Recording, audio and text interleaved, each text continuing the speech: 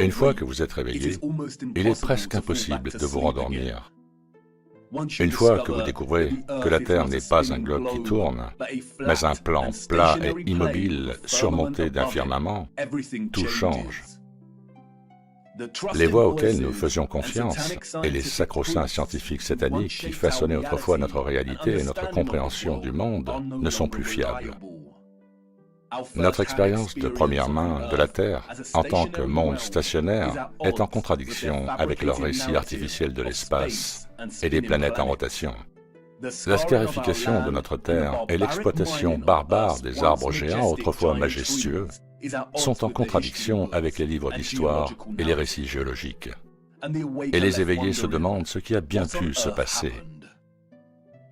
S'ils ont menti au sujet de la Terre, de l'espace et de la destruction de notre monde plat, alors comment pouvons-nous faire confiance au récit historique officiel du courant dominant? Le récit historique, comme le modèle héliocentrique, n'a pas de sens. Il ne tient pas debout. Et il suffit d'un examen plus approfondi pour que les mensonges qui ont régi notre compréhension de l'histoire et du monde depuis notre naissance commencent à s'effondrer. Simulons un peu notre esprit avec quelques réflexions. On nous dit que le premier véritable outil électrique a été inventé en 1895, lorsqu'une entreprise allemande a combiné un moteur électrique avec une perceuse manuelle. La perceuse pesait 7,5 kg et nécessitait plusieurs opérateurs. Ce n'est qu'en 1957 qu'une société appelée Bosch a commencé à concevoir des outils électriques en vrac, à la fois économiques et puissants. Alors, comment nos ancêtres historiques, un peuple primitif, sous-développé, ont-ils conçu et construit certaines des structures que nous connaissons? Qu'en est-il de toutes les gigantesques pierres monolithiques que nous voyons et qui ont été taillées avec une telle précision? Demandez-vous si vous pourriez reproduire cela aujourd'hui avec l'arsenal d'équipements dont nous disposons. Et que dire des magnifiques puits à degrés de l'Est? On nous dit que les puits à degrés étaient des puits à plusieurs étages construits par nos ancêtres primitifs afin de préserver l'approvisionnement en eau pendant les sécheresses. Mais regardez l'intrication et la complexité de ces structures. Regardez la magnificence et la finesse. Regardez la précision géométrique. Le tout creusé et façonné à l'aide d'outils manuels. Mais bien sûr, que dire des gigantesques réseaux de canaux que l'on trouve partout dans le monde? Le canal Erie en Amérique aurait été construit en 1817 et 1825. Il n'y avait pas d'ingénieurs civils en Amérique à cette époque. Les personnes chargées de planifier la construction étaient des novices, c'est ce que l'on nous dit. Le canal fait 12 mètres de large et 4 mètres de profondeur. Le canal d'Erie s'étend sur 584 km. Mais les émigrés irlandais et les animaux qui les accompagnaient ne devaient pas se contenter de creuser chaque jour. Ils ont dû abattre des centaines d'arbres en traversant la forêt vierge. Ils ont dû construire des aqueducs, ainsi que des écluses complexes et traverser l'escarpement du Niagara, un mur de calcaire dur de 24 mètres de haut. Ils ont dû utiliser de la poudre noire pour le traverser, nous dit-on, puisque la dynamite n'avait pas encore été inventée. Le canal s'étend sur 584 km et sa construction a duré 8 ans. Cela signifie qu'en moyenne, 1 kilomètre était achevé tous les 8 jours. Quel exploit! D'autant plus que les responsables étaient des novices et que les outils électriques et la dynamite n'avaient pas encore été inventés. Laissez-moi vous dire tout de suite que les pionniers des Amériques n'ont pas construit ces systèmes de canaux. Et que dire des grands et magnifiques châteaux disséminés dans notre monde? Saviez-vous que la plupart d'entre eux ont été conçus et construits sans système de plomberie ni méthode pour chauffer correctement les pièces? La royauté et les élites du passé se contentaient de survivre sans avoir accès au strict nécessaire, tant qu'ils pouvaient vivre dans le faste et le grandiose, tandis que les paysans, dans leur modeste demeure, jouissaient de la chaleur des longs hivers sombres. Je ne le pense pas. Et bien sûr, il y a l'impossibilité du grand complexe des pyramides de Gizeh. Les pyramides, nous dit-on, ont été construites quelque part autour de 2500 avant Jésus-Christ. La Grande Pyramide elle-même est constituée de 2,3 millions de blocs de calcaire et de granit, et sa structure globale pèse 6 millions de tonnes. Les plus grosses pierres de granit pèsent entre 20 et 80 tonnes chacune. 20 tonnes représentent 20 000 kilogrammes. Ces blocs ont été taillés dans des carrières avec des ciseaux en cuivre et auraient été transportés sur une distance de 800 km. Les soi-disant experts avancent l'hypothèse selon laquelle le travail des esclaves a été considérable. Être crédule et croire au récit officiel du travail des esclaves est une chose. Mais quelqu'un peut-il expliquer comment les puits d'aération de la Grande Pyramide s'alignent si bien avec les étoiles circumpolaires? Et puis il y a les curieux cas des forts à plan en étoiles, ou de ce que les menteurs officiels du monde appellent les fortifications bastionnées. Développés à la fin du XVe et au début du XVIe siècle, ces forts, nous dit-on, ont été conçus à l'époque de la poudre à canon et du canon. La conception géométrique offrait aux militaires d'une nation une protection contre les angles morts pendant les conflits. Mais bien sûr, nous savons tous que la meilleure protection pendant la guerre est de concevoir un fort avec un motif géométrique aussi précis. Un véritable historien s'est-il jamais penché sur la perfection de la géométrie ici? Nos ancêtres primitifs ne disposaient pas de la technologie nécessaire pour voir les structures d'en haut, mais ils sont tout de même parvenus à accomplir cela. Laissez-moi rire, c'est impossible. Nous ne pourrions pas produire une géométrie aussi parfaite à cette échelle aujourd'hui.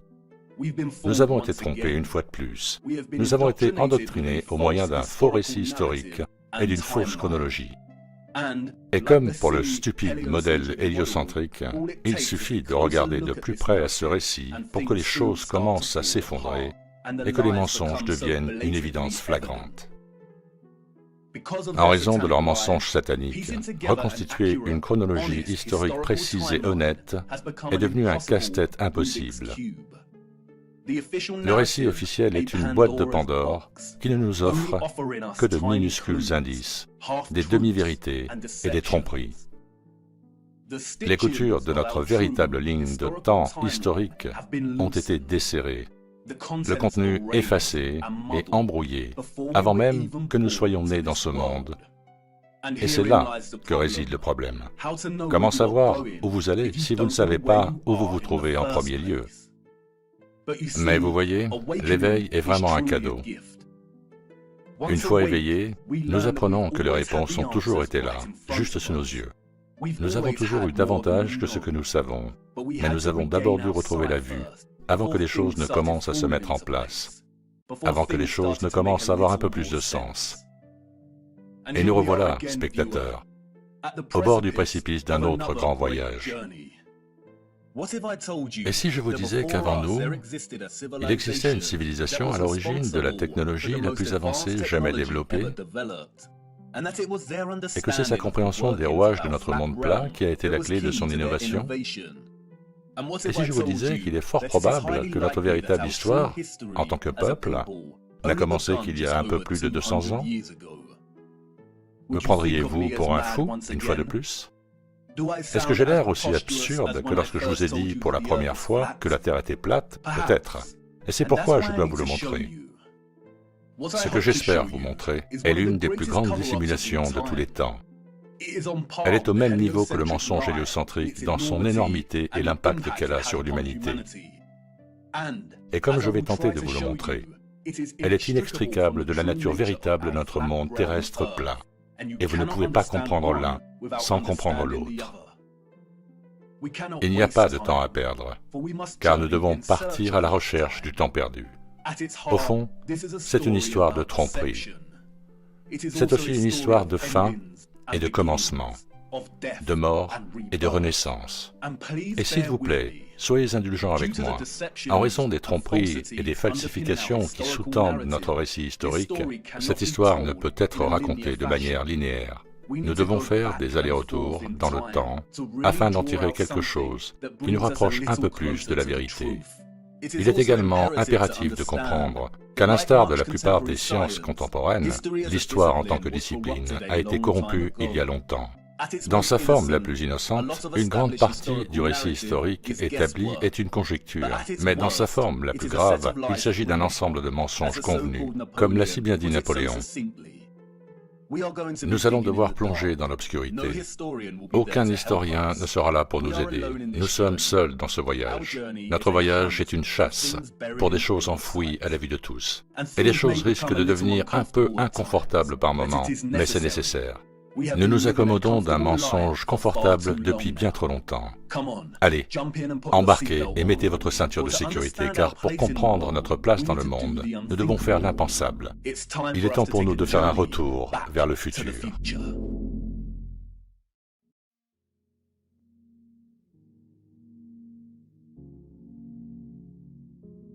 Notre voyage commence dans le plus improbable des endroits. 19e siècle, Saint-Pétersbourg. À son entrée, les saints hors de la cathédrale.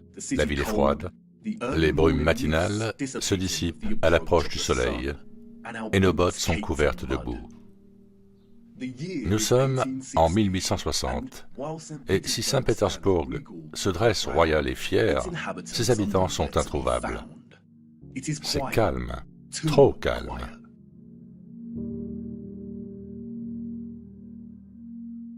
La population de Saint-Pétersbourg dans les années 1860 était, nous dit-on, d'environ 500 000 personnes, et pourtant, il n'y a pas une âme en vue.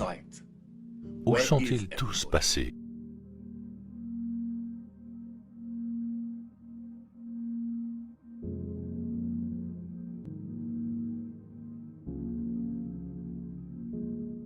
L'ombre longue de la colonne Alexandre nous donne un indice sur l'heure à laquelle le soleil passe au-dessus de cette région.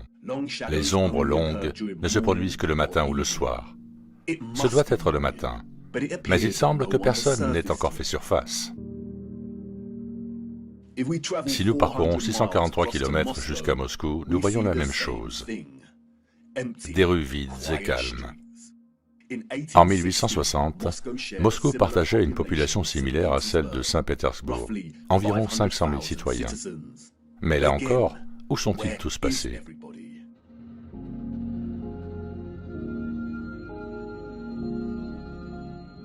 Qu'en est-il du reste du monde à cette époque? Édimbourg, Écosse, année 1840.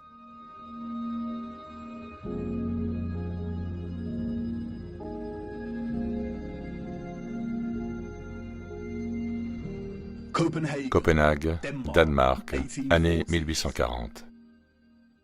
Dresde, Allemagne, année 1860.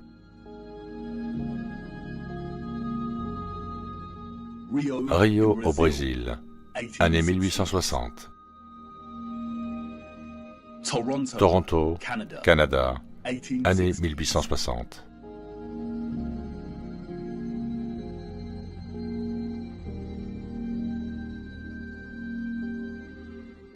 Athènes en Grèce, année 1860.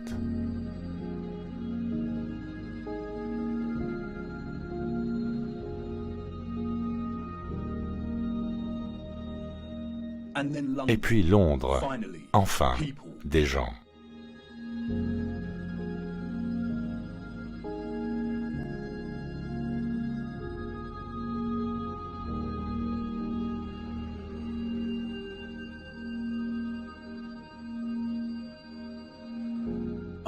Que dire de Paris?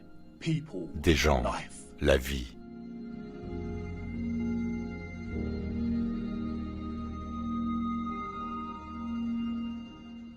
La première photographie, nous dit-on, a été créée en 1822.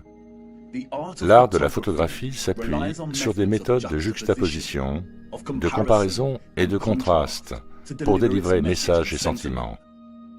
Dans ces photographies anciennes, nous ne trouvons pas les mêmes techniques délibérées de juxtaposition que les photographes contemporains utilisent dans leur art, mais plutôt les contrastes naturels qui sont si importants et centraux pour naviguer dans notre histoire trompeuse.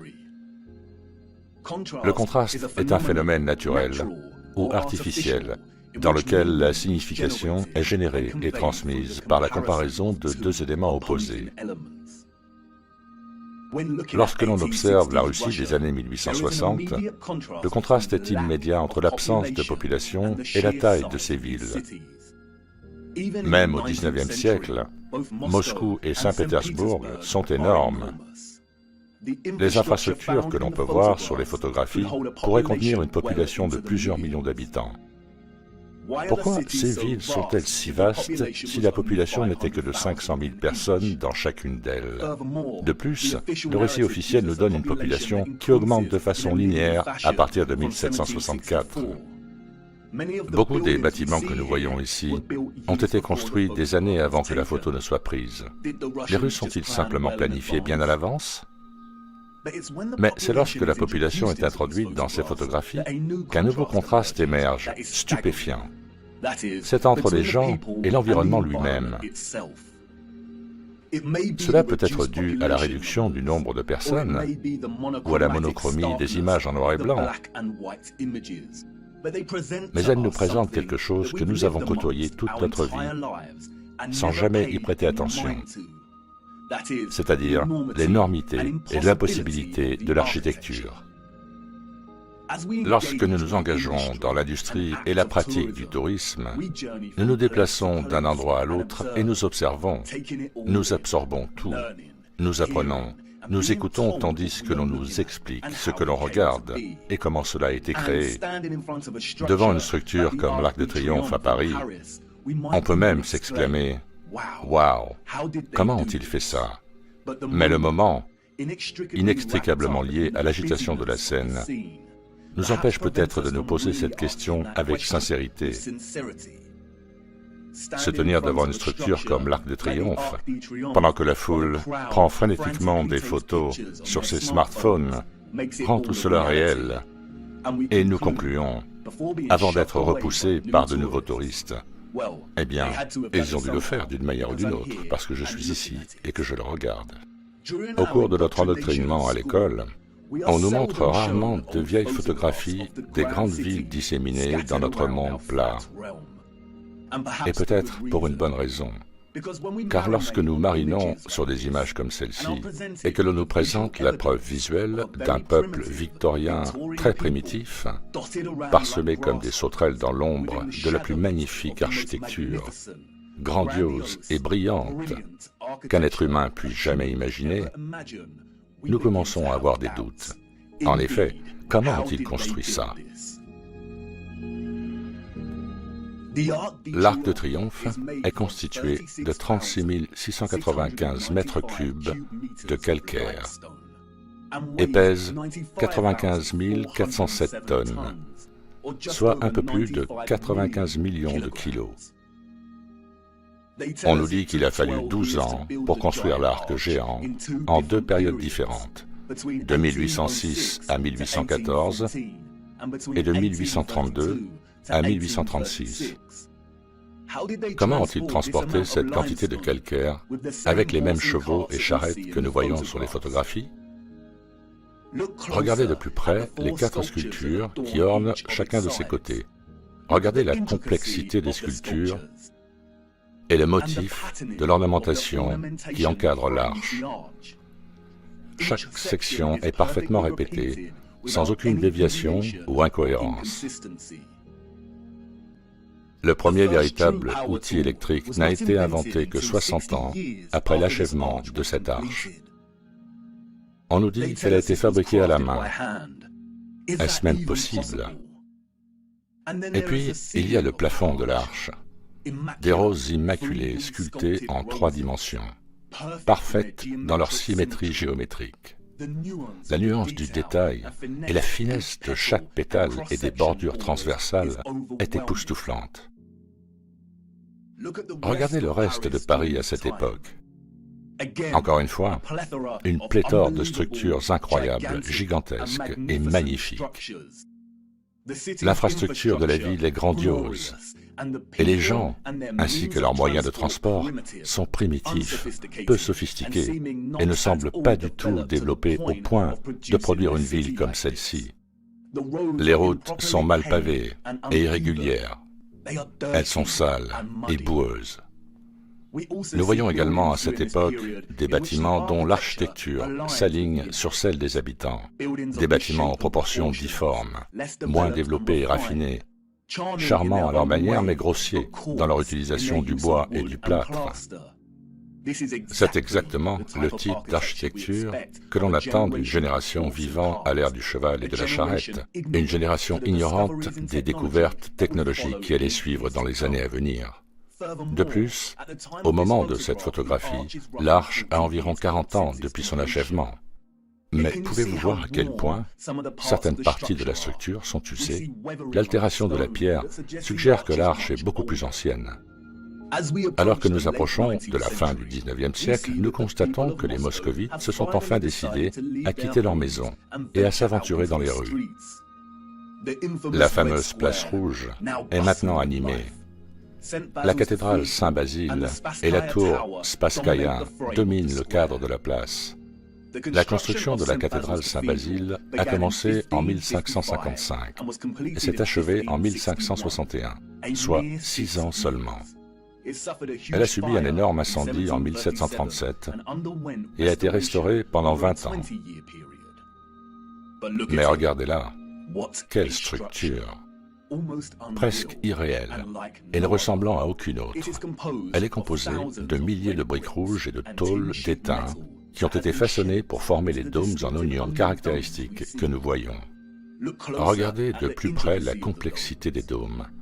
Comment ont-ils plié le métal pour atteindre une telle précision et perfection au XVIIIe siècle? Et encore une fois, s'ils avaient les compétences et le dévouement pour construire une telle merveille, pourquoi les conditions de la route sont-elles si mauvaises et couvertes de boue? Nous voyons ces incroyables structures et bâtiments partout sur les photographies du XIXe siècle. Nous avons le merveilleux palais de cristal de Londres, une structure monstrueuse avec la plus grande surface de verre jamais vue dans un bâtiment. Et tout cela construit avant que l'Angleterre n'ait une usine de fabrication de verre automatique. Nous avons l'abbaye et le Parlement de Westminster. Nous avons l'ancien arc de Euston, construit en grès pur en 1837, et des rues non pavées et pleines de boue. Pourquoi ces gens n'ont-ils pas donné la priorité aux rues dans lesquelles ils marchaient? L'église Notre-Dame, le chef-d'œuvre de Dresde, en Allemagne, dont la splendeur complexe et opulente contraste directement avec les chariots déglingués et les charrettes tirées par des chevaux des gens en bas, un peuple dépendant du strict nécessaire, un peuple complètement éclipsé par sa taille et sa majesté. La bibliothèque du Parlement à Ottawa, Canada, construite sur une période de 17 ans. Les premiers colons importants sont arrivés en 1800. Et au moment de la construction, la ville comptait moins de 20 000 habitants. Une bibliothèque grandiose et majestueuse était-elle vraiment une priorité pour les colons? Pourquoi le bâtiment semble-t-il avoir été prélevé en Europe et collé au Canada? Même au début du siècle, 40 ans avant que Bosch ne fasse connaître l'outil électrique, nous avons l'ancienne gare Penn à New York. Regardez la taille de ce bâtiment, aux proportions complètement hallucinantes. Comme on peut le voir sur la photo, chaque motif octogonal sculpté sur le plafond du dôme, arqué, est plus grand qu'un seul être humain. Regardez les colonnes gigantesques et les détails des feuilles montantes qui décorent le sommet de chaque pilier. Et ils nous disent que cette station a pris 6 ans à construire, 6 années entières. Mais oui, bien sûr. Pourquoi sommes-nous si crédules? Même sans accès aux outils électriques modernes, aux pièces de construction de base et à la technologie des grues, nous ne pourrions pas reproduire cela aujourd'hui. Et plus important encore, nous ne reproduisons pas ce type d'architecture aujourd'hui. Les menteurs officiels de notre monde ont un terme générique pour ce type d'architecture que nous voyons en Amérique du Nord. Ils l'appellent historisme. L'historisme est un terme inventé pour décrire un style d'architecture qui est de nature revival, ou, en d'autres termes, qui copie le style d'une autre période de temps. Les grands arches et les bâtiments avec des colonnes géantes que nous voyons sont construits dans le style classique ou gréco-romain. Et les cathédrales sont construites dans les styles Renaissance et gothique de l'Europe médiévale. Les éléments de ces styles architecturaux particuliers sont caractérisés par de grandes flèches, des fenêtres cintrées, des tours, des tourelles, des dômes, des voûtes à arcades, des sculptures, d'énormes portes, des fenêtres circulaires géométriques, des colonnes, des cadrans d'horloge et des clochers. Les traces de cette architecture impensable se trouvent littéralement partout dans toutes les villes et dans le monde d'aujourd'hui.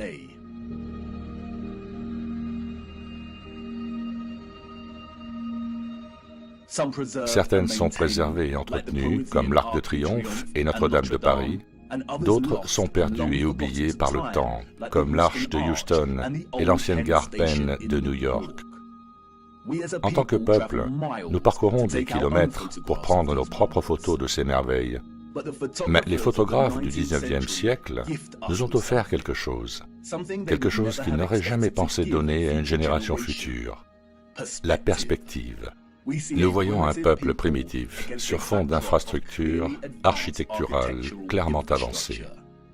Les historiens officiels du monde nous racontent des histoires d'évolution darwinienne et de progression entre les périodes.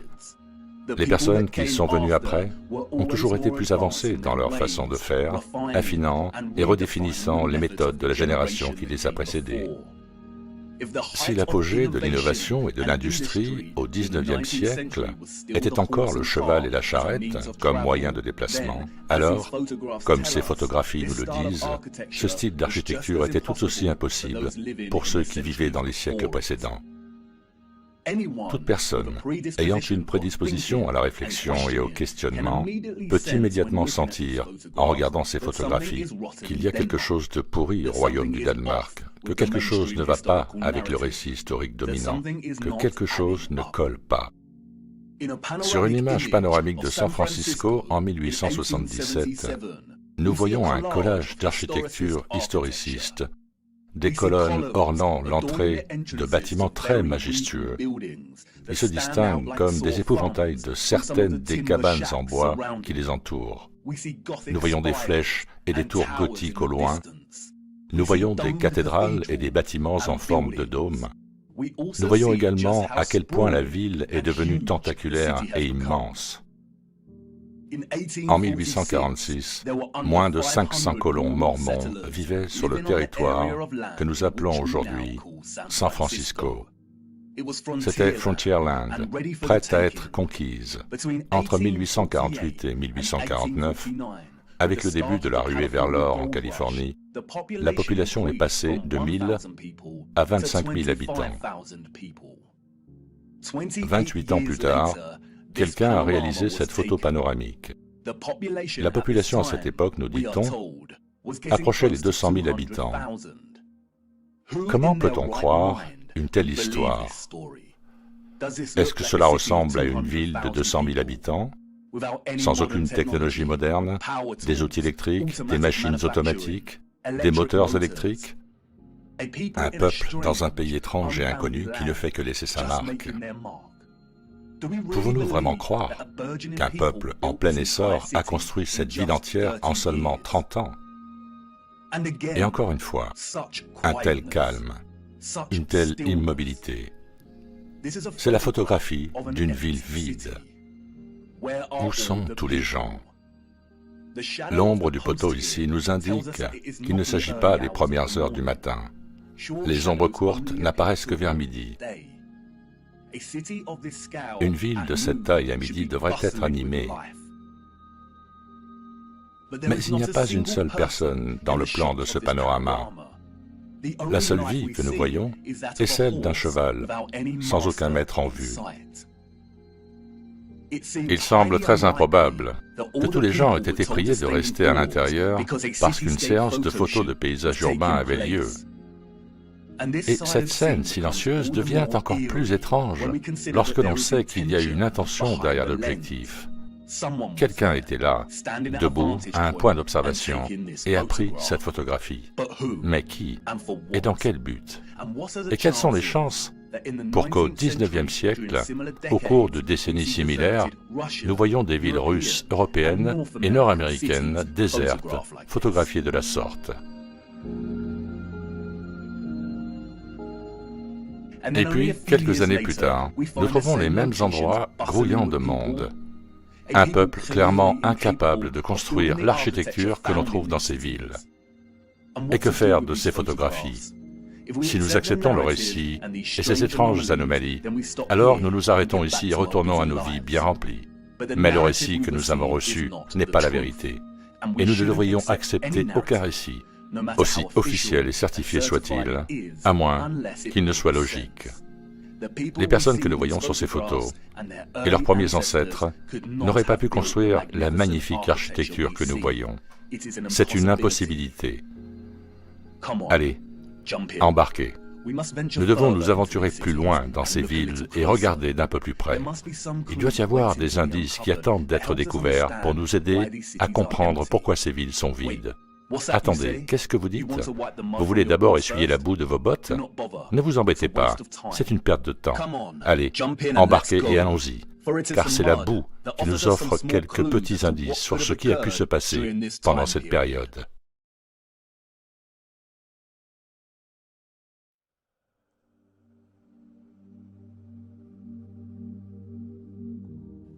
En juin 2011, Christchurch, en Nouvelle-Zélande, a subi un tremblement de terre qui a laissé une grande partie de la ville dans le chaos, détruisant des bâtiments et des infrastructures et laissant plus de 50 000 foyers sans électricité. Des maisons se sont effondrées, des conduites d'eau se sont rompues, des inondations ont eu lieu et des incendies ont éclaté en raison de la rupture des lignes électriques. Du fait des forts mouvements du sol et des secousses intenses, une partie de la ville a connu un phénomène étrange, connu sous le nom de liquéfaction du sol. Des éboulements de sable ont émergé des routes asphaltées, faisant basculer et sombrer les voitures et provoquant la chute de blocs rocheux des collines, entraînant davantage de dommages aux habitations. La liquéfaction du sol se produit lorsqu'un sol saturé perd sa force et sa rigidité en réponse à une contrainte appliquée, comme des secousses ou d'autres changements soudains, comme une forte explosion. Un sol saturé, meuble ou du sable a tendance à se comprimer lorsqu'une charge est appliquée. Mais en cas de contrainte telle qu'une secousse ou une explosion, on observe le contraire. Le sol a tendance à se diluer et il en résulte des sables mouvants ou de l'argile rapide traître. La terre se transforme en liquide, ce qui fait que les structures de masse lourdes comme les bâtiments, les infrastructures et les voitures commencent à s'enfoncer, se renversent ou s'effondrent. Cela peut également affecter les barrages et les ponts. Les courants de turbidité peuvent également former d'énormes glissements de terrain impossibles à arrêter. Dans le pire des cas, des villes entières peuvent être détruites. Comme vous pouvez le voir, la liquéfaction peut déplacer des zones entières de terre. La boue peut s'élever de façon spectaculaire et rapide, et sa force destructrice est inarrêtable. C'est un phénomène bien documenté. Le tremblement de terre de 1964 à Niigata, au Japon, a provoqué une liquéfaction, et on peut en voir les effets très clairement sur ces photos. La même chose ici, avec le tremblement de terre de 1964 en Alaska. Des bâtiments qui tombent, des voitures qui coulent, des infrastructures qui s'effondrent. Une fois la tension retombée, le sol commence à se solidifier à nouveau, et nous pouvons voir les conséquences. Des rues boueuses et inégales subsistent là où il y avait autrefois un revêtement routier. Si nous revenons aux photographies des villes du XIXe siècle, nous constatons une situation similaire ici. Les routes sont peu raffinées et pleines de boue. Nous voyons partout des routes inégales, grossières et boueuses, sans sophistication, sur fond d'architecture raffinée, sophistiquée et magnifique. Ces villes auraient-elles pu subir le même sort de liquéfaction du sol qu'à une époque plus récente? Peut-être. Mais malheureusement, les routes boueuses ne sont pas une preuve suffisante pour tirer des conclusions, n'est-ce pas? Les enfants sont ceux qui posent les questions les plus essentielles et les adultes, dans leur stupeur brumeuse, fournissent généralement les réponses les plus insatisfaisantes, régurgitant souvent des informations savantes et absurdes qui laissent l'imagination de l'enfant insatisfaite. En se traînant le long de ces routes boueuses du XIXe siècle et en observant son environnement, un enfant peut se demander « Pourquoi ont-ils construit les fenêtres si bas par rapport au sol ?» Et quelle excellente question! Oui, pourquoi en effet ont-ils construit des fenêtres au niveau du sol? Car voyez-vous, les personnes que nous voyons sur ces photos n'ont malheureusement pas construit cette architecture. Et peut-être que certaines d'entre elles, à un moment donné de leur vie quotidienne bien remplie, se posent exactement la même question. Nous le voyons partout. Fenêtres au niveau du sol.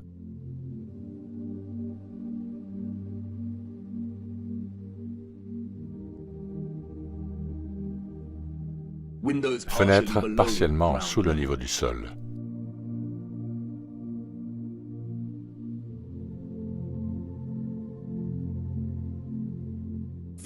L'entrée du premier étage est surélevée par rapport au niveau du sol.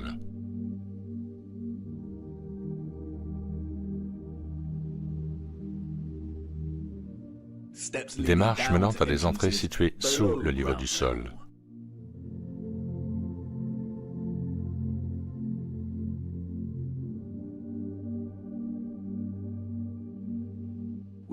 Nous pouvons le constater dans presque toutes les grandes villes de notre monde, à la fois sur des photographies anciennes et lorsque nous marchons dans les rues aujourd'hui. Et qu'est-ce que cela nous apprend? Qu'une société ayant accès à des outils de construction modestes, à des chevaux et à des charrettes, a construit ses infrastructures en dépensant d'innombrables heures et de l'énergie à défricher un terrain de plus de 3 mètres de profondeur pour commencer sa construction. La construction des sous-sols est un travail incroyablement difficile. Depuis le XXe siècle, les grandes machines d'excavation telles que les tractopelles et les engins à chargement frontal ont permis de réduire considérablement le temps et la main-d'œuvre nécessaires pour creuser un sous-sol par rapport au terrassement manuel avec une bêche. On pourrait peut-être dire que nos ancêtres historiques étaient aussi dévoués à l'architecture qu'ils construisaient et que beaucoup des bâtiments enfoncés que nous voyons sont en fait dus à des élévations et à des dépressions dans le paysage naturel.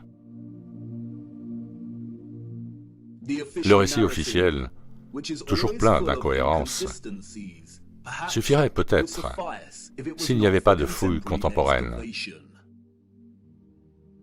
Lorsque nous regardons des photographies comme celle-ci, nous nous rendons immédiatement compte que ce que nous voyons, ce sont des fenêtres et des portes situées à 2 ou 3 mètres sous la surface du sol.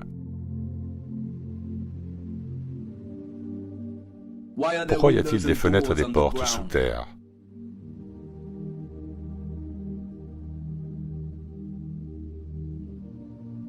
Qu'est-ce que nous voyons dans nos villes? L'accumulation naturelle du sol au fil du temps?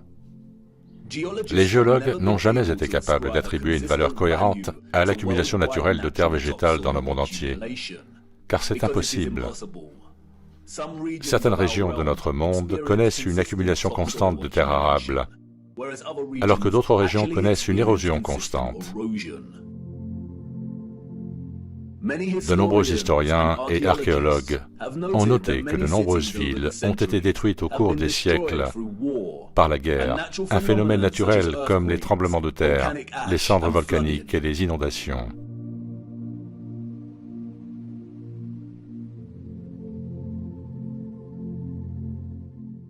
Ne s'agit-il pas simplement des couches des civilisations précédentes?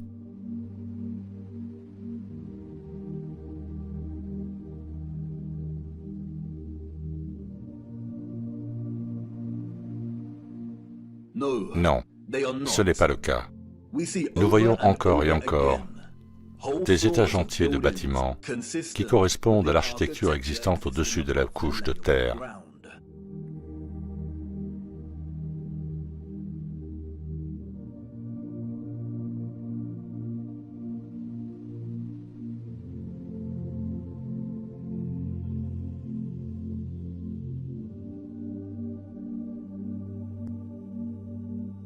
Vous voyez, ce qui se trouve en dessous ne sont pas les traces inconnues des générations précédentes, mais de la même génération qui a construit ces structures. Et une fois que l'on voit ce genre d'infrastructures enfouies, qui existent en si grand nombre dans notre monde, on ne peut plus ne plus le voir. Nous voyons que les fondations des vieilles églises sont en fait les premiers étages originaux avec des entrées et des fenêtres cohérentes.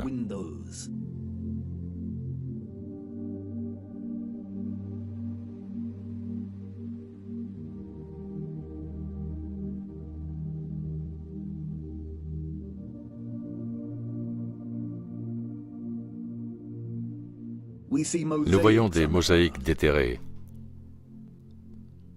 Nous voyons des piliers, des colonnes et des arcs qui étaient à l'origine beaucoup plus grands. Et c'est la couche de terre qui a réduit leur taille, comme s'ils n'étaient pas assez grands pour commencer.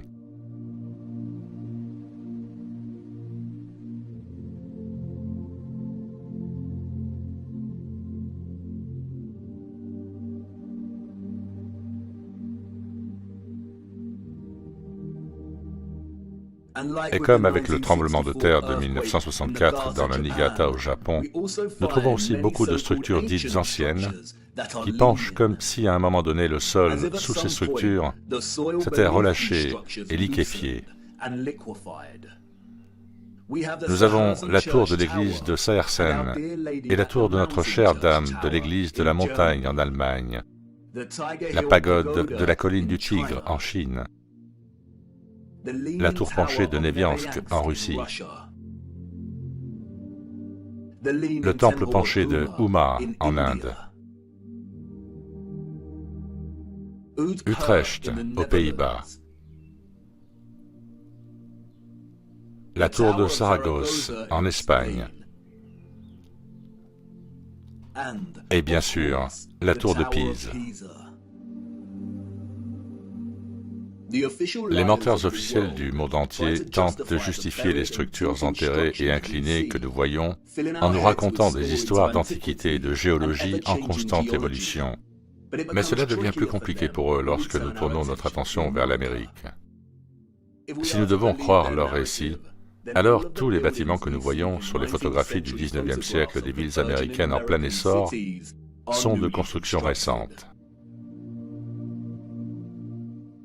Pourquoi voyons-nous des structures célèbres, telles que le bâtiment du Capitole à Washington, avec une infrastructure cohérente qui s'enfonce très profondément dans le sol? Une fois de plus, les incohérences ne tiennent pas debout. Pourquoi un peuple sous-développé aurait-il gaspillé des ressources, de l'énergie et du temps à construire les fondations du bâtiment du Capitole pour qu'elles soient conformes au style de colonnes que nous trouvons au-dessus de la surface? Les fondations n'avaient pas à comporter de colonnes. Les colonnes, nous dit-on, sont un choix stylistique, pas un choix fonctionnel. Alors pourquoi ont-ils fait cela? En un mot, ils ne l'auraient pas fait.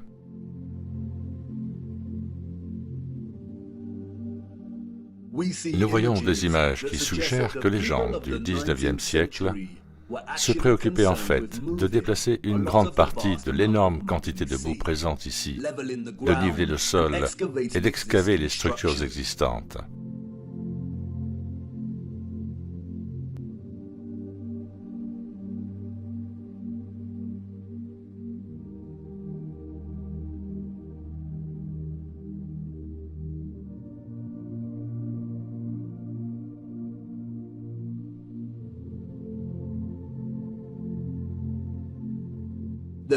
La cohérence et la prévalence de l'architecture enfouie à travers notre monde indiquent que ce qui s'est passé était un événement mondial, malgré les différences régionales dans l'accumulation et l'érosion naturelle de la couche arable.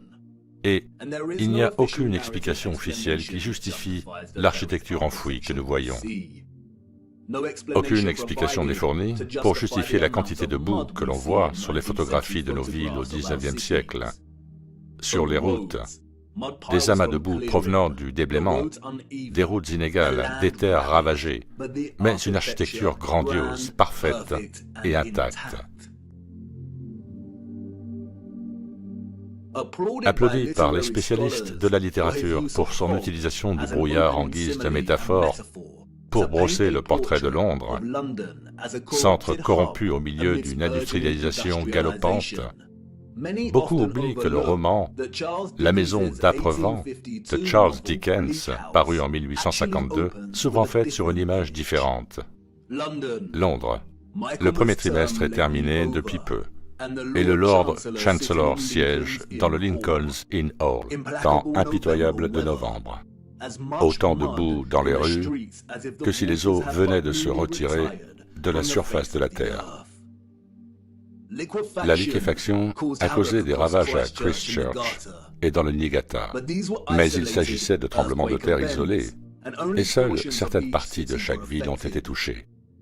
Il n'est pas possible qu'il y ait eu d'énormes tremblements de terre simultanés dans le monde entier au cours d'une période similaire, n'est-ce pas?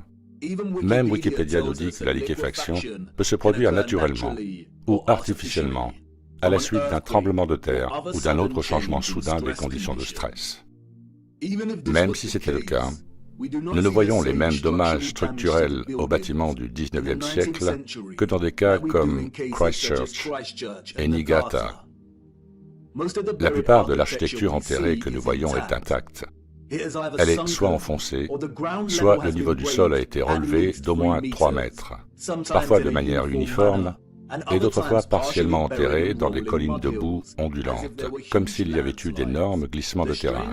L'étrange cas de l'architecture enfouie permet de tirer les conclusions suivantes. 1. Ce qui repose sous terre n'est pas les vestiges de civilisations antérieures. Le plus souvent, les structures enfouies sont conformes à l'architecture que nous voyons en surface. 2. Que les structures sont beaucoup plus grandes que ce que l'on soupçonnait à l'origine, et donc elles sont encore plus impossibles à construire pour une génération victorienne de chevaux et de charrettes, et celles qui les ont précédées. 3. Que l'accumulation naturelle de terre végétale et la liquéfaction du sol ne sont pas des explications satisfaisantes pour ce que nous voyons ici. Ce qui a eu lieu devait être quelque chose de beaucoup plus grand et répandu, comme un cataclysme terrestre, naturel ou artificiel de quelque sorte.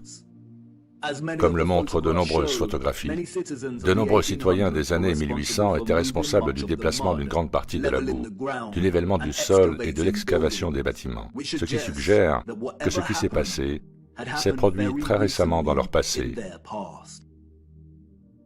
L'absence totale de justification raisonnable pour l'architecture enterrée que nous voyons suggère que les contrôleurs de notre monde essaient délibérément de cacher ce qui s'est passé. Et qu'en est-il des villes désertes que nous voyons sur les photographies précédentes? Si ces villes étaient vraiment vides, nous devons nous demander pourquoi. Nous devons aussi nous demander comment tous ces gens sont arrivés là, en fin de compte. En l'espace d'une trentaine d'années, nous voyons une ville passer du stade de désert à celui de ville animée. Il est intéressant de noter que c'est Charles Dickens et plus généralement la littérature du XIXe siècle qui offrent quelques indices. 2 thèmes centraux traversent la littérature victorienne du XIXe siècle. Celui du mariage et de la chasteté féminine, et celui des orphelins et de l'adoption. Nombre de personnages de fiction que nous avons appris à aimer au fil des ans sont des orphelins. Nous avons Oliver Twist et Pip des Grandes Espérances. Nous avons la petite orpheline Jane Eyre et Heathcliff des Hauts de Hurlevent. Nous avons Mowgli du Livre de la Jungle, Cosette des Misérables. Nous avons Heidi, Réponse, Peter Pan, Blanche-Neige. Nous avons Tom Sawyer et Huckleberry Finn et Anne au pignon vert. Et ces livres étaient de leur temps. En ce qui concerne la prévalence de l'orphelin, le seul problème est que ces romans romancent l'orphelin en tant que personnage disloqué de la société par défaut et, par conséquent, tracent le chemin de sa vie comme celui d'une fortune imprévue. Ce n'était pas la réalité. Le thème du mariage et de la chasteté que l'on retrouve dans tant d'œuvres littéraires du XIXe siècle, comme celle de Jane Austen, de Bronte, de George Eliot, Dickens, de Thomas Hardy, de Léon Tolstoï, de Victor Hugo et d'autres encore, n'était rien d'autre qu'une propagande soigneusement déguisée et bien écrite, dont le seul but était de solidifier et de justifier un cadre de valeurs sociales qui séparait les enfants de leur mère. Les enfants nés en dehors du mariage ou de l'union conjugale étaient considérés comme illégitimes, ce qui signifie qu'ils n'avaient pas de statut légal. L'illégitimité des enfants était un sérieux handicap tout au long du XIXe siècle. La majorité des employeurs n'embauchaient pas les femmes ayant un enfant illégitime. De nombreuses mères célibataires avec des enfants illégitimes se retrouvaient sans foyer, en mauvaise santé, affamées, épuisées. Leur seul refuge était le foyer du travail, où elles devaient accomplir les tâches les plus désagréables. Dans certains endroits, les femmes ayant des enfants illégitimes étaient singularisées et devaient porter un uniforme spécial qui alertait tout le monde sur leur statut de mère célibataire ou de femme déchue. En conséquence, un grand nombre d'orphelinats et d'institutions pour enfants trouvés ont été créés. Voici l'hôpital pour enfants trouvés de Londres, qui était très actif au XIXe siècle. Regardez sa taille. Charles Dickens était obsédé par cet endroit. L'inspiration, dit-on. Le récit officiel nous dit qu'environ 4500 femmes ont confié leurs enfants à cet énorme bâtiment. Mais ce n'était qu'une institution. Wikipédia nous donne une liste partielle de plus de 64 orphelinats qui ont été fondés au Royaume-Uni au cours du XIXe siècle. Cette liste n'est que partielle. Le cas particulier de la grande quantité d'enfants sans parents au XIXe siècle est bien documenté par de nombreux chercheurs. Et la plupart d'entre eux s'accordent à dire qu'il est presque impossible d'établir des chiffres qui rendent vraiment justice au nombre d'orphelins qu'il y avait durant cette période. Leur trace n'est pas inscrite dans le livre d'histoire. Elle se formait dans la boue et a ensuite été emportée par les eaux. Ce n'était pas seulement le Royaume-Uni, c'était un phénomène mondial. La ville de New York, à elle seule, disposait de 4 asiles d'enfants trouvés qui accueillaient des milliers d'enfants par an. Au début du XIXe siècle, l'Italie signalait 32 000 enfants par an. L'Espagne et le Portugal, 15 000 enfants trouvés par an. Avant 1860, 374 000 enfants enregistrés ont été pris en charge par les seuls asiles de Milan, Naples et Florence. L'historien David L. Ransall affirme que Moscou recevait entre 16 et 18 000 enfants en bas âge par an dans les années 1880 et en envoyait plus de 10 000 par an dans les villages périphériques pour y être placés. En 1882, il y avait en tout 41 720 enfants trouvés du foyer de Moscou vivant dans 32 000 familles d'accueil réparties dans 4 418 villages. Une douzaine de villages comptaient chacun plus de 90 familles d'accueil. Ce que l'on oublie souvent, c'est qu'une série de lois ont été adoptées dans les années 1800, rendant presque impossible pour les mères célibataires de garder leur bébé. La réforme de la loi sur les pauvres de 1833 a introduit des clauses de bâtardise qui transfèrent l'entière responsabilité de l'enfant illégitime sur la mère. La stigmatisation sociale signifiait qu'elle ne serait pas en mesure de s'occuper de son enfant et qu'elle serait obligée de le remettre aux autorités, ou pire encore. Les annonces d'adoption ou de garde d'enfants sont devenues populaires dans les journaux. Et, comme de nombreux chercheurs l'ont souligné, elles étaient une façade pour ce que l'on appelait les fermes à bébés ou les meurtres rémunérés. Comme l'indique Dorothy L. Haller, les annonces peuvent avoir été trompeuses pour le grand public. Mais elles se lisaient comme un message codé à l'intention des mères célibataires. Aucune référence n'était demandée et aucune n'était offerte. La somme de 11 centimes d'euros par semaine pour garder un nourrisson ou un enfant malade était insuffisante et un enfant malade et un nourrisson de moins de 2 mois étaient les moins susceptibles de survivre et les moins chers à enterrer. On prenait les nourrissons sans poser de questions, et il était entendu que pour 13 euros, on ne s'attendait pas à ce qu'on pose des questions. La transaction entre la mère et l'éleveur de bébés se déroulait généralement dans un lieu public, dans les transports en commun ou par l'intermédiaire d'une seconde partie. Aucune information personnelle n'était échangée. L'argent était versé et la transaction était terminée. La mère savait qu'elle ne reverrait jamais son enfant vivant. Cependant, la plupart des enfants n'étaient pas assassinés, mais déposés à la porte d'orphelinats ou de foyers de travail. On donnait une toute nouvelle identité à tous les enfants placés dans ces institutions. On leur fournissait temporairement un abri, de la nourriture et des vêtements, puis on les envoyait dans des maisons de travail ou ailleurs. Au XIXe siècle, les photographies étaient rares, mais vers la fin du siècle, nous en voyons davantage. Le dernier continent à connaître un tel exode massif d'orphelins était les États-Unis. Et c'est là que nous voyons les traces des trains d'orphelins. Le premier groupe de ces orphelins est arrivé dans le Michigan en 1854, et à partir de ce moment, le réseau a transporté des centaines de milliers d'enfants à travers les États jusqu'à sa fin en 1929. Officiellement, plus de 97 institutions s'occupaient d'orphelins et de trains d'orphelins au XIXe siècle. Et là encore, cela ne concernait pas seulement les États-Unis.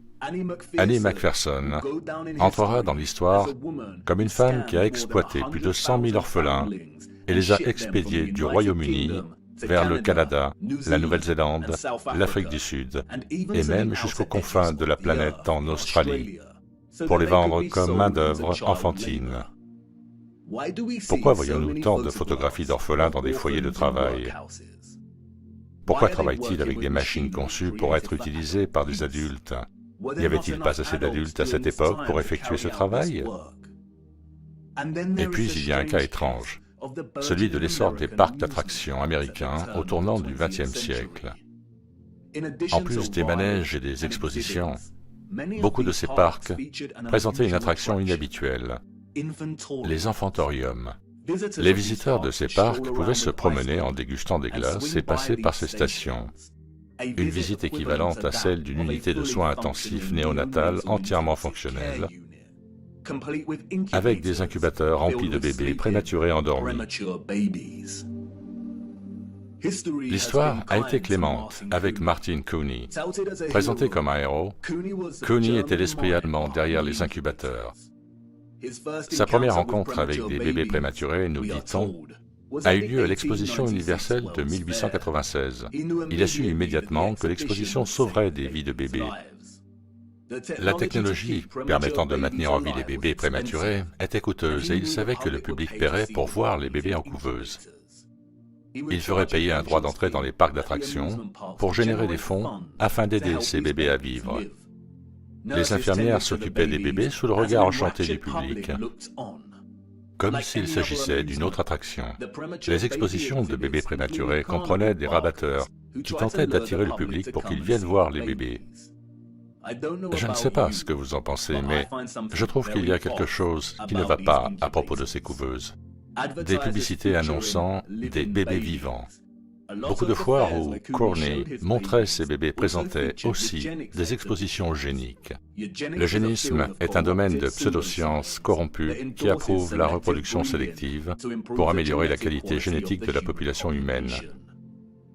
L'eugénisme a été inspiré par le darwinisme et a été une idéologie motrice qui a alimenté les nazis. Pourquoi les gens paient-ils pour voir des bébés vivants, comme s'ils n'en avaient jamais vu auparavant?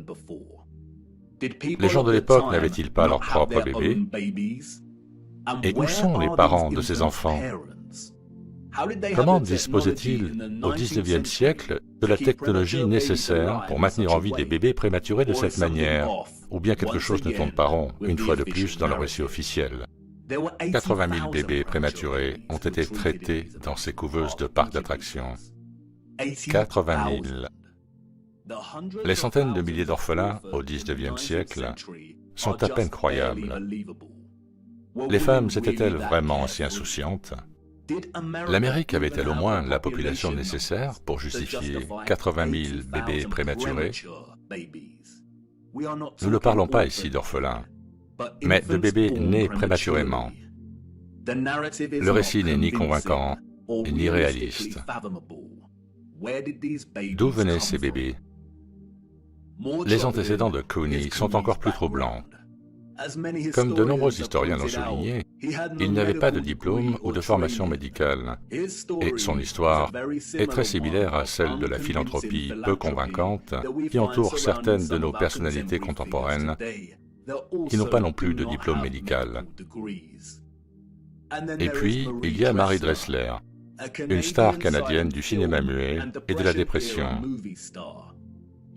Elle a adopté un de ses bébés en couveuse. Ah, les célébrités et l'adoption. Le récit officiel nous laisse commodément en dehors de son histoire et nous dit qu'elle a peut-être eu une fille qui est morte en bas âge. Mais les photographies suggèrent le contraire. A-t-elle adopté son bébé couveuse dans l'une de ses foires? Ou les foires sont-elles une façade pour l'adoption illicite de bébés prématurés? Même s'ils étaient prématurés, cela signifiait-il qu'ils n'avaient pas de parents? Qui était propriétaire et responsable de ces parcs? Et qu'est-il arrivé aux bébés une fois qu'ils ont grandi et quitté les couveuses? Si quelque chose semble étrangement faux dans l'histoire de ces parcs et de ces orphelins, c'est parce qu'on ne nous dit pas la vérité. Pourquoi y avait-il des centaines de milliers d'enfants sans parents au XIXe siècle? D'où venaient-ils? Ils ont été déplacés dans le monde entier. Europe, Amérique, Russie, Australie, Canada. Pourquoi? Surtout quand la plupart avaient encore un parent vivant.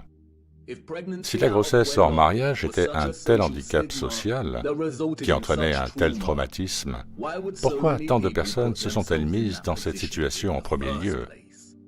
Le gouvernement se souciait-il suffisamment de la moralité sociale pour adopter des lois et tous les efforts déployés pour construire et entretenir des orphelinats et des réseaux de relocalisation des orphelins n'auraient-ils pas grévé les finances et les systèmes administratifs du gouvernement? Cela aurait certainement été le cas. Mais voyez-vous, il y avait un plus grand objectif derrière l'agenda mondial du gouvernement. Le repeuplement. Le récit social de la chasteté n'était rien d'autre que de la propagande et une justification pour voler des enfants. La raison pour laquelle nous voyons des villes vides au début du XIXe siècle et qu'elles étaient en fait vides, sans population, et la raison pour laquelle elles sont animées 30 ans plus tard est que des orphelins ont été envoyés dans ces villes pour les repeupler. Vous voyez, au début du XIXe siècle, il y a eu une sorte de réinitialisation mondiale par la dépopulation, puis la repopulation. Les personnes que nous voyons sur ces photographies n'ont pas construit cette architecture, elles en ont hérité avec beaucoup de boue. Non seulement elles en ont hérité sans savoir ce qu'elle était réellement et à qui elle appartenait, mais elles ont aussi été complices, sans le savoir, de la réaffectation de la quasi-totalité de ces structures. Je sais, tout ça n'a pas beaucoup de sens pour l'instant. Vous vous demandez probablement pourquoi ces villes étaient vides et pleines de boue. Ce qui s'est passé pour que les gouvernements aient besoin de repeupler la Terre, et je sais ce que vous pensez. Tout cela est très intriguant, mais qu'est-ce que cela a à voir avec la Terre plate? Vous voulez en savoir plus sur le firmament, le Soleil et la Lune et notre plan stationnaire. Ne vous inquiétez pas, tout deviendra plus clair au fur et à mesure que nous poursuivrons notre voyage. Les preuves répandues d'infrastructures enterrées, de villes désertes et d'une industrie florissante d'orphelins ne sont qu'un début. Ce sont tous des indices nécessaires qui laissent présager une sorte de cataclysme, mais la véritable histoire n'a pas encore commencé. Le décor devait d'abord être planté, et il est maintenant prêt. Et même si vous ne pouvez pas encore le voir, je sais que vous le sentez. Les villes désertes, l'architecture enterrée et les orphelins signalent tous une obscurité imminente. Il y a un grand nuage noir devant nous. Et je ne vais pas mentir, nous nous dirigeons droit vers son cœur. Et comme je l'ai déjà dit, nous n'avons pas beaucoup de temps. Allez, il est temps pour moi d'honorer ma promesse et de vous ramener dans le futur.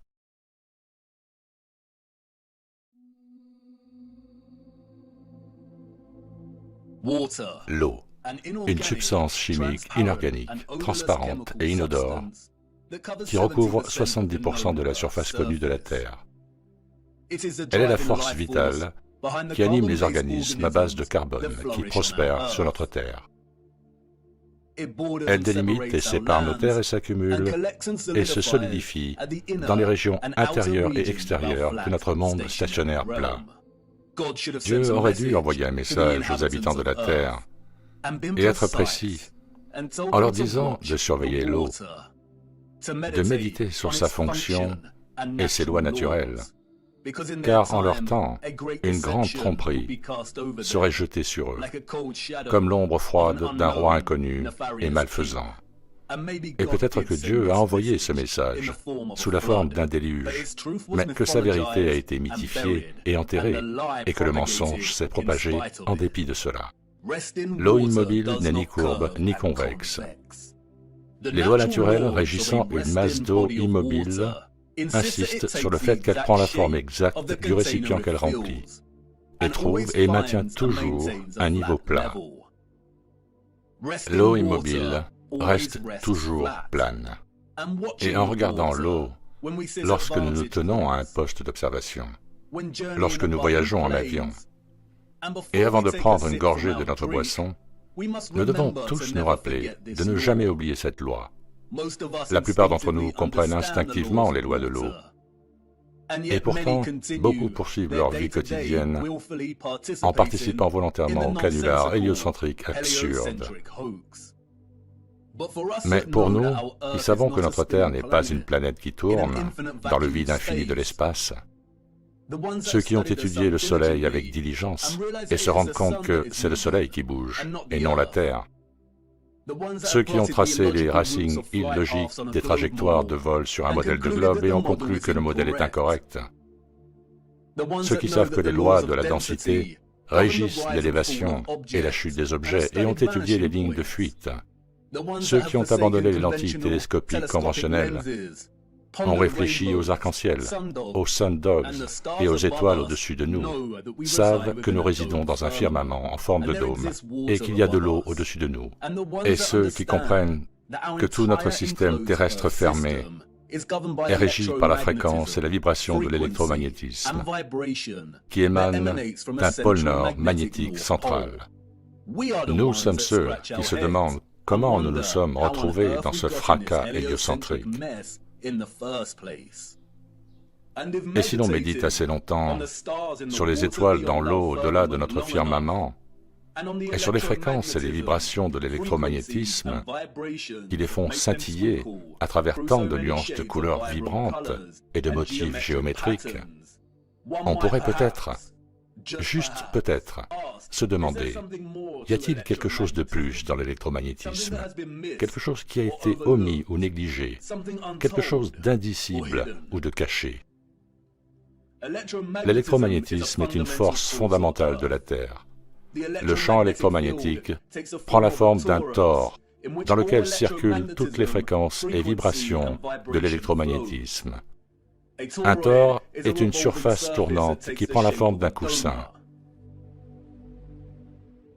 Les inducteurs et les transformateurs toriques sont essentiels à la production d'énergie électrique. Il existe de nombreuses façons de produire de l'électromagnétisme. Nous en avons déjà examiné quelques-unes. Nous savons qu'un champ magnétique peut produire de l'électricité et que l'électricité peut produire un champ magnétique. Cela fonctionne dans les deux sens. Le magnétisme et l'électricité sont inextricables. C'est une danse de polarité. Les charges électriques se repoussent ou s'attirent. Les pôles magnétiques s'attirent ou se repoussent. Pour chaque pôle nord, il existe un pôle sud correspondant. Un courant électrique passant à l'intérieur d'un fil crée un champ magnétique correspondant à l'intérieur du fil, et un courant électrique est créé dans une boucle de fil lorsqu'elle est rapprochée ou éloignée d'un champ magnétique. Les aimants en fer à cheval sont des aimants permanents puissants. Leur forme, dans laquelle les deux pôles magnétiques sont proches l'un de l'autre, produit un champ magnétique puissant et élevé. L'aimant en fer à cheval peut également fonctionner comme un électroaimant.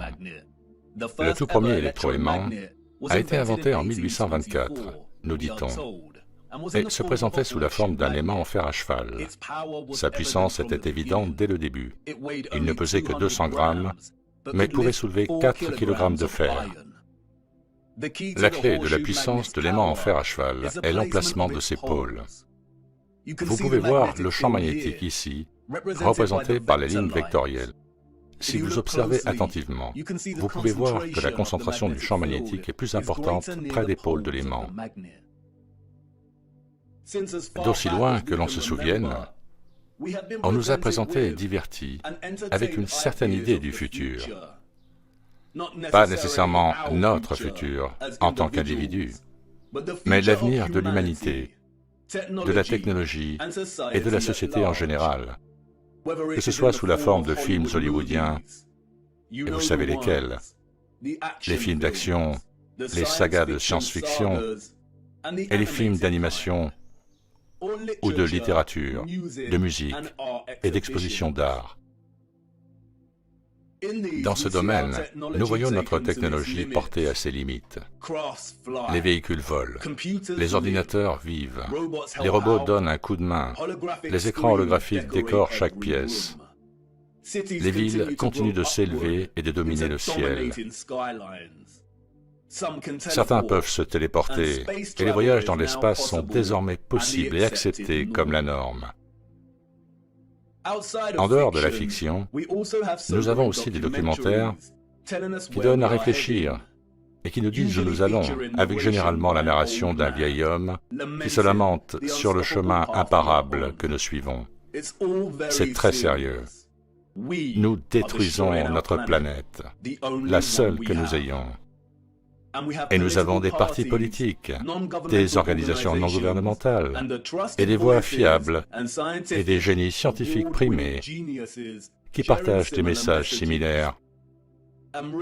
Et en réalité, lorsque vous examinez de plus près la fiction et les faits allégués, ils partagent tous les mêmes prémices et principes sous-jacents. Nous devenons si avancés technologiquement que la planète sur laquelle nous résidons n'est plus suffisante ou ne peut plus soutenir notre activité. Les systèmes d'intelligence artificielle avancés, les vaisseaux volants, les percées dans le clonage et les lits médicaux signifient que le monde naturel a souffert en conséquence. Et selon le type de genre que vous recherchez, la solution est soit 1. Que l'humanité périsse, peut être détruite par les systèmes d'intelligence artificielle qu'elle a elle-même créés, ou peut-être par un virus naturel qui a muté et balaie la Terre pour rétablir l'équilibre naturel. Ou 2, que les humains disent au revoir à leur petite boule bleue solitaire et partent dans l'espace à la recherche d'un nouveau foyer. Mais voyez-vous, il n'y a pas de planète globulaire et il n'y a pas d'espace. Et par conséquent, toutes les visions du futur sont purement fictives et pas particulièrement innocentes. Ce que nous ne voyons toutefois pas souligné dans ces visions du futur, c'est le potentiel de l'électromagnétisme à transformer toute la vie humaine, la technologie et la société. Ce qui est étrange, quand on sait que toute vie et la Terre elle-même sont impossibles sans l'électromagnétisme. Pourquoi les visionnaires ne voudraient-ils pas explorer cela plus en détail? Serait-ce parce qu'ils n'en ont pas le droit? Serait-ce qu'ils ont peur de quelque chose, peur de nous voir relier un peu trop de points? Peut-être. Et encore une fois, les aimants en fer à cheval peuvent agir comme de puissants électroaimants. Si une civilisation devait progresser technologiquement par l'utilisation de l'électromagnétisme, l'aimant en fer à cheval aurait certainement un rôle énorme à jouer dans ce développement. Oui, il le ferait certainement, et il l'a fait. L'aimant en fer à cheval, l'arc de triomphe. Oui, l'un des plus puissants électroaimants jamais construits.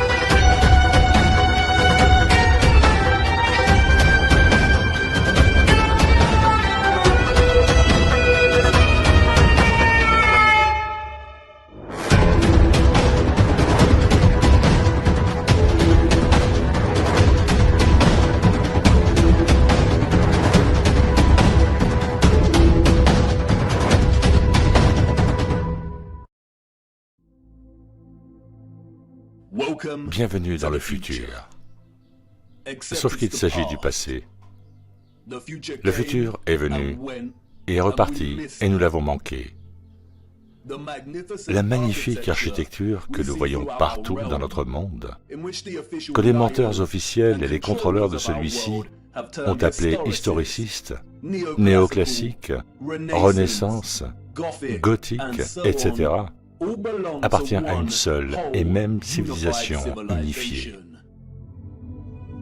Une civilisation si développée qu'elle a exploité le pouvoir de l'électromagnétisme à un degré si élevé qu'elle a non seulement construit ces énormes structures, mais les a aussi façonnées avec une finesse et une beauté absolue. Une célébration de leur propre avancée technologique. Les structures ont été conçues dans le seul but de récolter et de générer de l'énergie électromagnétique et de la distribuer partout dans le monde. Leur ville, leur village et tout un mode de vie dépendaient de l'utilisation d'une énergie électromagnétique puissante, propre et gratuite. L'énergie était captée et collectée dans l'ionosphère au-dessus de nos têtes, au moyen d'antennes, de flèches, de dômes et de tours. Toutes les structures impossibles que nous voyons aujourd'hui ont été reconverties, rebaptisées par nos contrôleurs et les citoyens du XIXe siècle. Ceci n'est pas une église, ce n'est pas une mosquée, ce n'est pas un château et ce n'est pas un bâtiment gouvernemental. Ce sont des générateurs puissants et gargantuesques. Ils collectaient et généraient l'énergie électromagnétique qui était ensuite stockée dans d'immenses centrales électriques et distribuée et redirigée par des structures sophistiquées et avancées, dont un énorme électroaimant ou ce que nous connaissons sous le nom d'arc de triomphe. L'énergie était stockée dans des batteries et des condensateurs, tels que des tours et des obélisques.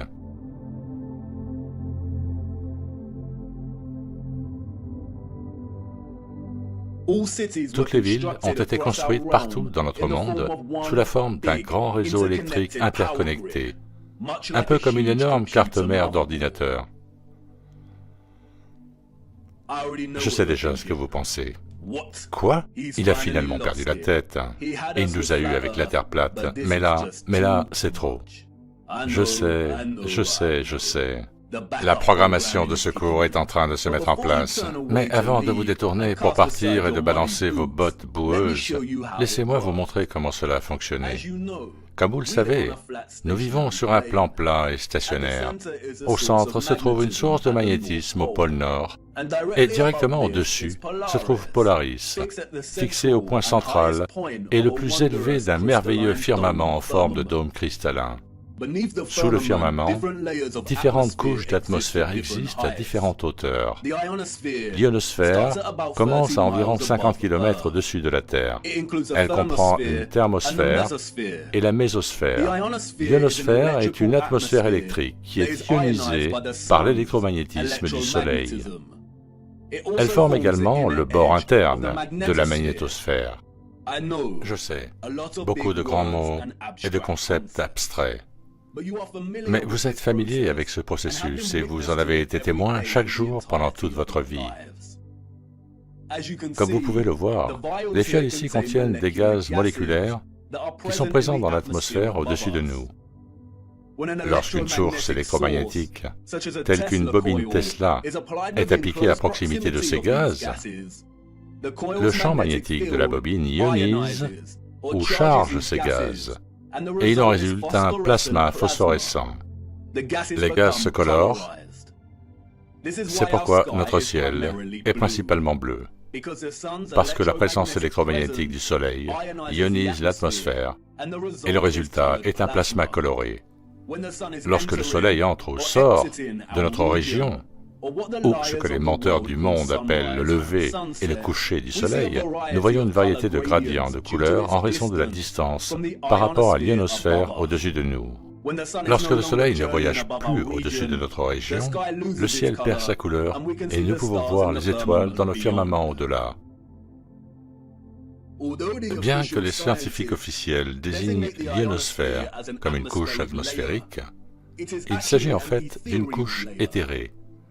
L'éther est le tissu ou l'élément qui porte l'électromagnétisme.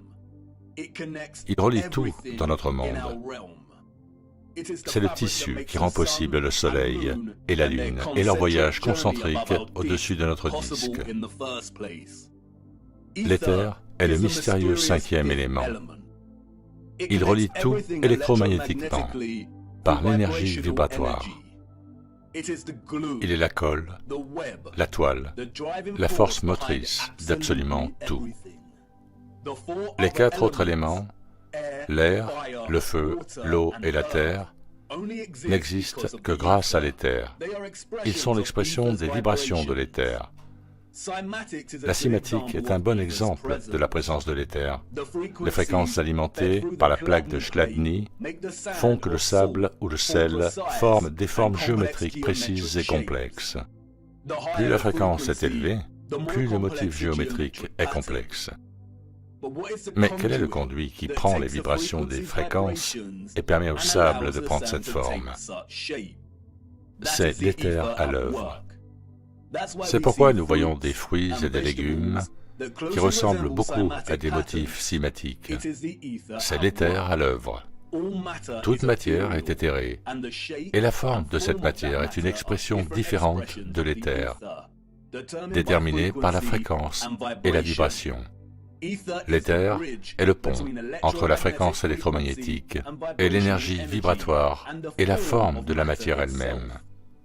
On pourrait l'appeler le Saint-Esprit de Dieu. Le discours historique et scientifique sur l'éther est un discours délibérément manipulé. L'ennemi a introduit la vérité uniquement pour la discréditer et ensuite l'enterrer.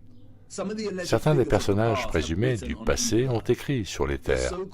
Un certain Aristote l'appelait le cinquième élément.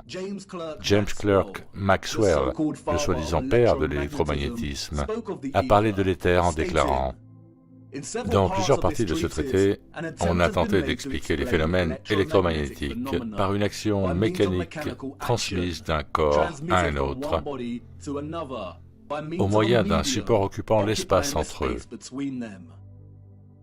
La théorie ondulaire de la lumière suppose également l'existence d'un support.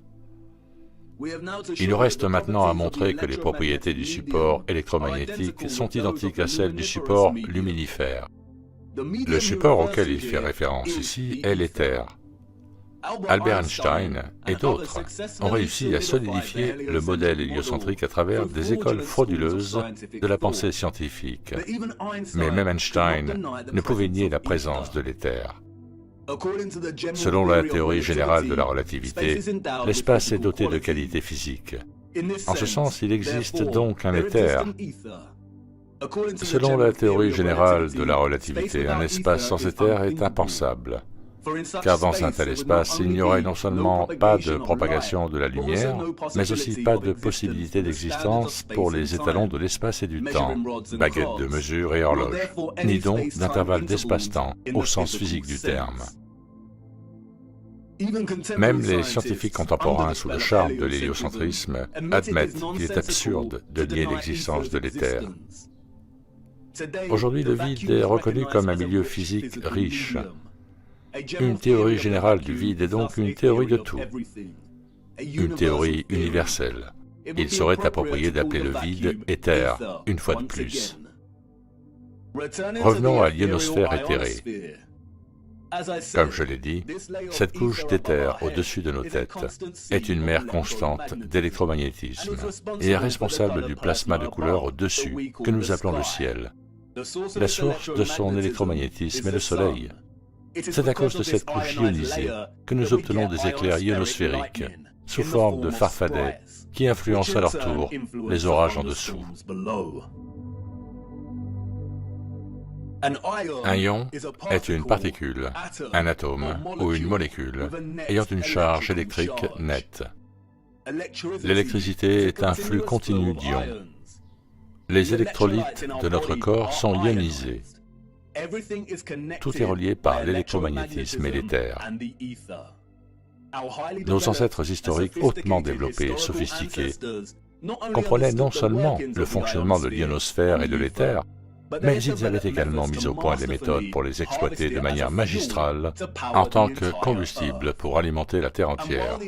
Et si le processus exact par lequel ils ont pu extraire l'éther nous est délibérément caché et reste inconnu, les vestiges structurels que l'humanité a depuis réutilisés en tant qu'architecture nous offrent de nombreux indices sur la façon dont tout cela a fonctionné. Les preuves sont partout pour ceux qui ont des yeux pour voir. Et une fois que vous les voyez, elles deviennent si évidentes que vous vous en voudrez de ne pas les avoir remarquées en premier lieu. La question est très complexe et il faudrait du temps pour l'étoffer. Pour l'instant, nous allons donc examiner de plus près certaines de ces structures et présenter quelques concepts de base. Au fur et à mesure que nous poursuivrons notre voyage, nous explorerons tout plus en détail. Nous les voyons partout, au sommet de toutes ces magnifiques structures. Des tours, des flèches et des pinacles qui s'élèvent en antennes pointues. C'est à travers ces antennes complexes que l'éther était récolté. Vous voyez, après la grande réinitialisation des années 1800, l'ennemi a fracturé la compréhension unifiée de Dieu de l'Ancien Monde et a créé de multiples religions pour essayer de cacher Dieu et de justifier l'existence de si grandes et belles structures technologiques. Et je sais que cela peut déranger certaines personnes, mais restez avec moi, je ne vous laisserai pas tomber. Mais pour l'instant, il est essentiel de comprendre que de nombreuses icônes religieuses qui ornent et composent ces antennes n'ont jamais été des indicateurs de différentes religions dans l'Ancien Monde et n'étaient pas destinées à l'être. Elles signalaient quelque chose d'entièrement différent. Elles sont généralement faites de cuivre et d'or.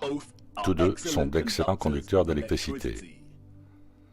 Dans de nombreuses structures, que nous appelons cathédrales, les pointes symétriques des pinacles fonctionnaient de manière similaire, extrayant l'éther de l'ionosphère. Une fois récoltée, l'énergie devait inévitablement être attirée vers le bas dans la partie supérieure la plus large de ces structures en forme de dôme. En examinant l'intérieur de plusieurs de ces dômes, nous nous rendons compte qu'ils reposent sur une ornementation symétrique, obtenue par des indentations ou des cavités dans la maçonnerie. Dans le monde de l'électromagnétisme, un résonneur à cavité fonctionne par symétrie pour produire des oscillations ou des vibrations de particules énergétiques. Les formes symétriques forcent les particules énergétiques ou les ions à vibrer de manière constante. Est-ce la raison pour laquelle nous voyons une ornementation symétrique parfaite dans le plafond de nombreuses structures en forme de dôme? Cela semble sans doute absurde, mais la majorité de ces structures comportent également un petit type de résonneur à cavité, ou ce que l'on appelle plus justement des magnétrons à cavité, qui offrent une certaine clarté quant à la fonction réelle de ces structures. Un magnétron à cavité est un tube à vide de grande puissance qui génère des micro-ondes en utilisant l'interaction d'un flux d'ions avec un champ magnétique lorsqu'il se trouve dans le résonateur de la cavité.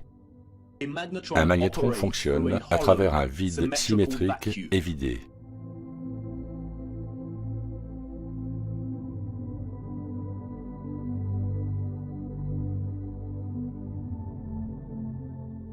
Il émet de puissantes micro-ondes qui peuvent servir de source d'énergie libre. Si vous brisez la symétrie ou fermez le vide, il ne fonctionne plus. Mais pouvez-vous voir la ressemblance? Ces structures n'ont jamais été conçues pour contenir du verre. Les contrôleurs ont ajouté le vitrail aux rosaces pour couper la fonction du magnétron. Ils ont fermé nos instruments d'énergie libre. Et ils sont partout dans ces structures.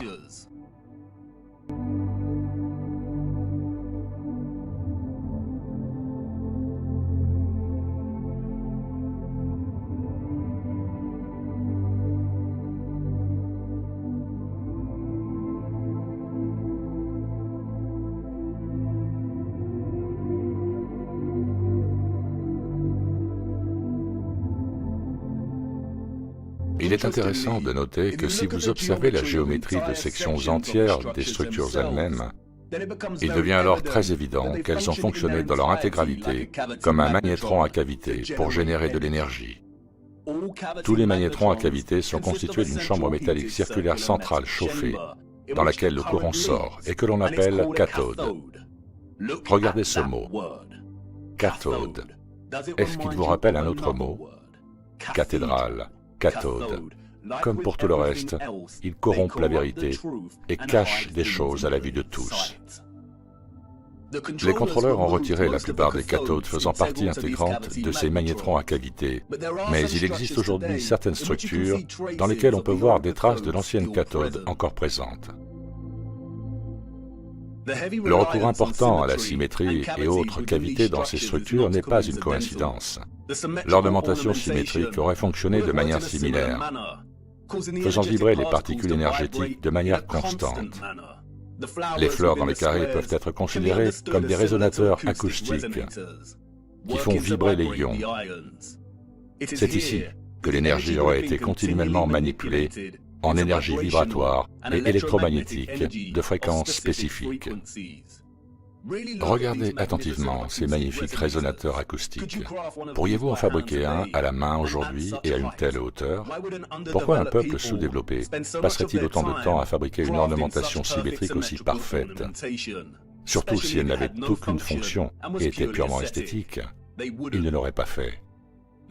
Les résonateurs à cavité et les magnétrons auraient dû fonctionner en partenariat avec un moteur ou un réacteur central contenu dans toutes ces structures. Les mots résonateur et réacteur sont tous deux intéressants, tout comme les mots conducteur, générateur, créateur et le nom Mercator. Ils contiennent tous le mot Tor dans leur structure linguistique. Ils renferment une mémoire linguistique et rendent hommage au Tor ou au champ torique. Le Tor est le flux de l'électromagnétisme. Sans ce flux d'énergie, il n'y aurait pas de vie sur Terre. Personne ne peut vraiment en être sûr, mais certains ont suggéré que le moteur était probablement similaire à un réacteur à fusion. Les traces de ces moteurs peuvent être trouvées dans tous les grands générateurs. La coquille vide de l'endroit où se trouvait le moteur est généralement, mais pas toujours, octogonale. C'était juste devant nos yeux tout ce temps. Les contrôleurs ont retiré les moteurs, parfois réaffectant l'espace en baptistère et en kiosque à musique, parfois laissant la base vide ou tentant de les recouvrir. Nous voyons ces structures octogonales dans les cathédrales, les bâtiments gouvernementaux, les mosquées et les kiosques à musique. Et à moins qu'elles n'aient été réaffectées, ces structures semblent n'avoir aucune fonction globale. Elles ne contribuent pas à la structure globale. Elles semblent superflues et inutiles. Des théories ont fait surface selon lesquelles les moteurs ou le mécanisme technologique central étaient similaires à un tokamak, et bien que je ne souscrive pas à cette idée, ce qui deviendra évident plus tard dans notre voyage, nous l'utiliserons pour l'instant à des fins d'illustration. Un tokamak est un dispositif puissant qui utilise un champ magnétique pour produire du plasma sous la forme d'un tor. Les tokamaks contemporains que nous voyons sont utilisés pour la fusion thermonucléaire.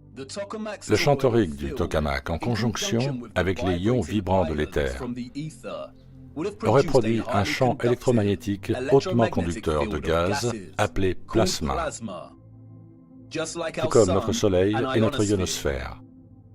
Si ceux de l'Ancien Monde avaient utilisé quelque chose qui ressemble de près à la capacité d'un tokamak, le résultat aurait été une abondance d'énergie électromagnétique propre, puissante et gratuite qui aurait pu alimenter des villes entières et la Terre entière. Il ne s'agissait pas d'églises, de cathédrales, de châteaux et de bâtiments du Parlement, mais d'énormes générateurs de moteurs.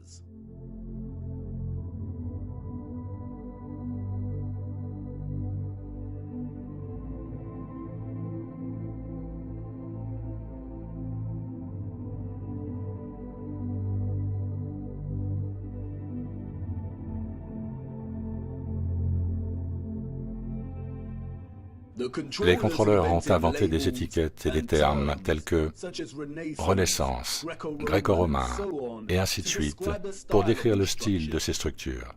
Mais comme vous pouvez le voir, toutes ces magnifiques structures invraisemblables partagent toutes les mêmes principes structurels fondamentaux et la même conception malgré la période et les cultures. Et ce, parce qu'elles ont été créées dans le seul but de générer de l'énergie. Et ce n'est pas parce que ces structures n'ont jamais été utilisées pour la prière et le culte qu'elles n'étaient pas des lieux saints. Les civilisations du passé entretenaient une relation avec la source et l'Esprit Saint, ou l'éther, comme aucune autre. Et elles lui rendaient hommage, la révéraient et la remerciaient en construisant leurs générateurs avec tant de splendeur et de beauté. Et non seulement ça, mais ils ont construit l'ensemble de leurs structures, statues et ornementations dans le respect de ce don, dans le respect de la production d'énergie, qui a rendu leur mode de vie possible en premier lieu. La couronne de laurier que les contrôleurs sataniques ont corrompue en s'appropriant le symbole et en le redésignant pour représenter Apollon et Lucifer est en fait une bobine torique. Et nous voyons la bobine torique dans toute l'infrastructure de l'Ancien Monde. Une bobine ayant à la fois une fonction et une célébration de cette fonction.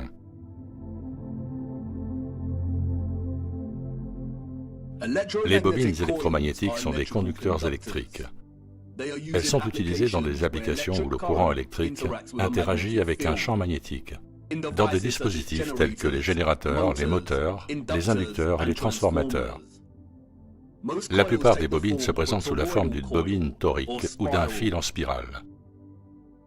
Les bobines sont utilisées en conjonction avec un aimant pour produire un puissant électromagnétisme. Plus le nombre de tours de fil est élevé, plus le champ magnétique est puissant. Les bobines génèrent des vortex qui, à leur tour, créent un champ électromagnétique. C'est un seul et même système interconnecté.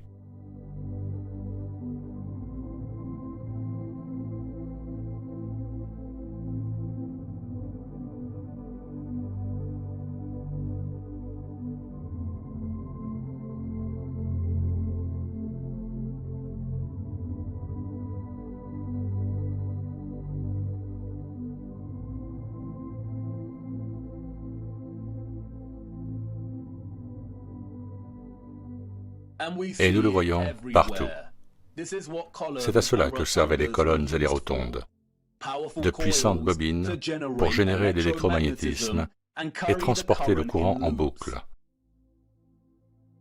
Le Thor se trouve à la base de presque toutes les colonnes de notre monde. Il est partout.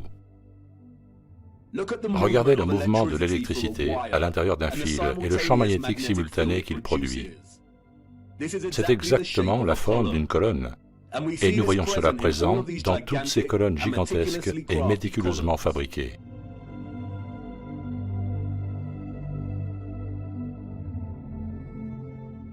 C'est pourquoi nous voyons le champ magnétique représenté au sommet de nombreuses colonnes. C'est le mouvement des ions dans le champ magnétique. C'est le mouvement du Thor et du vortex torique.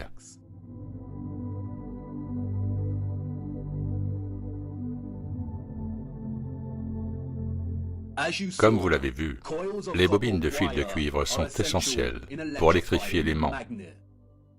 Et je sais ce que vous voulez dire. C'est génial, mais les colonnes et autres structures auxquelles vous faites référence sont en pierre. Mais voyez-vous, toutes ces structures impensables sont faites d'un mélange de pierre et de métal. Ils ont utilisé des barres de fer dans leur construction. Le fer est magnétique.